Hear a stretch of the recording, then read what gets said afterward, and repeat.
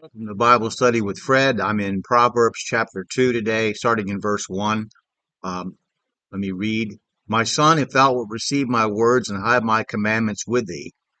These first five verses are one long sentence. I'm going to break them down, linking them to other verses, which I believe is the only properly way to study the Bible, cross-referencing. Notice these wonderful words from God that I've shown previously apply to both young men and young women. Psalm 119:1. And all the way to 3. Blessed are the undefiled in the way who walk in the law of the Lord. Blessed are they that keep his testimonies and that seek him with the whole heart. They also do no iniquity. They walk in his ways. Thou hast commanded us to keep thy precepts diligently. Oh, that my ways were directed to keep thy statutes. Then shall I not be ashamed when I have respect unto all thy commandments. And I'm going to keep going. When I say like verse 1, starting in verse 1, I'm just follow along the context. Verse 7 of Psalm 119. I will praise thee with uprightness of heart. When I shall have learned thy righteous judgments, I will keep thy statutes, or forsake me not utterly. 9. Death. Wherewithal shall a young man cleanse his way? By taking heed thereto according to thy word. 10. With my whole heart have I sought thee. O let me not wander from thy commandments. 11. Thy word have I hid in mine heart, that I might not sin against thee. Blessed art thou, O Lord. Teach me thy statutes. With my lips have I declared all the judgments of thy mouth. I have rejoiced in the way of thy testimonies as much as in all riches. I will meditate in thy precepts and have respect unto thy ways. I will delight myself in thy statutes. I will not forget thy word. 17.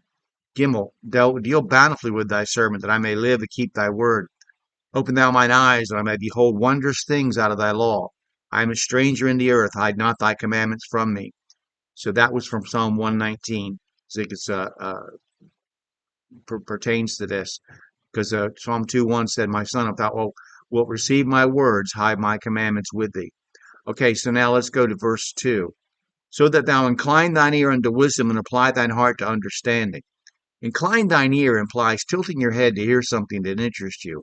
Notice its use in some cases in the great prayers and Psalms. Psalm 17:6. I have called upon thee, for thou wilt hear me. O God, incline thine ear unto me and hear my speech.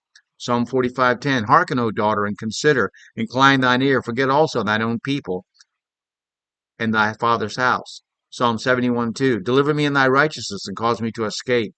Incline thine ear unto me and save me. Psalm 88:2. Let my prayer come before thee. Incline thine ear unto my cry.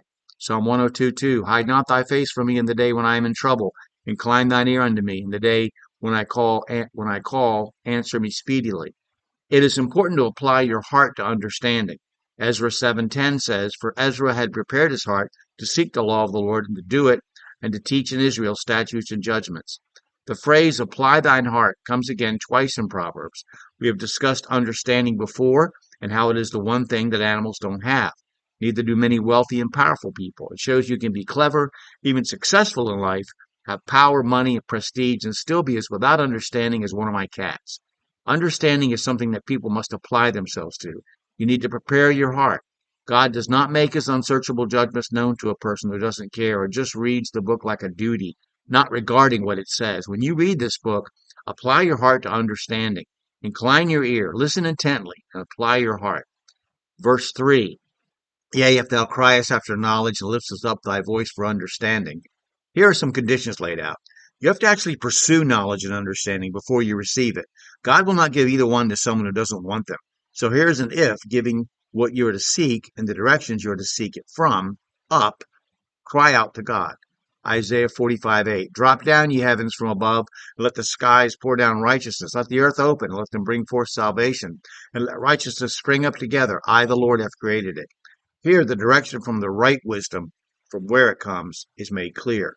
James 3:17. But the wisdom that is from above is first pure, then peaceable, gentle, and easy to be entreated, full of mercy and good fruits, without partiality and without hypocrisy. Proverbs 2:4. If thou seekest her as silver and searchest for her as hid treasures. The person who's looking for these things from God, his words, his commandments, his wisdom, and his understanding, must look for them like a precious metal and look in the right direction, looking and digging for them like he would for buried treasure. Remember all the stories of Spanish gold and pirates' riches buried secretly or lost at sea? Imagine the millions that have been spent on retrieving them. The Russian newspaper Pravda reported that people hunting for treasure off the coast of Florida would spend $2,000 to $10,000 just to get a couple of gold Spanish doubloons off the ocean floor. What would you pay for just a small amount of the treasures from God he mentions? It takes time and purpose and intent, as you can get a King James Bible for just $1. With this book, the situation is reversed.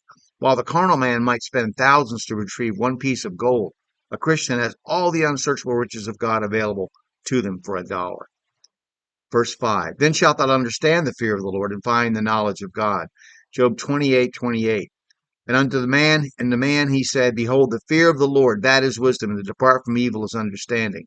Psalm 19:9. The fear of the Lord is clean, enduring forever. The judgments of the Lord are true and righteous altogether. Psalm 111:10.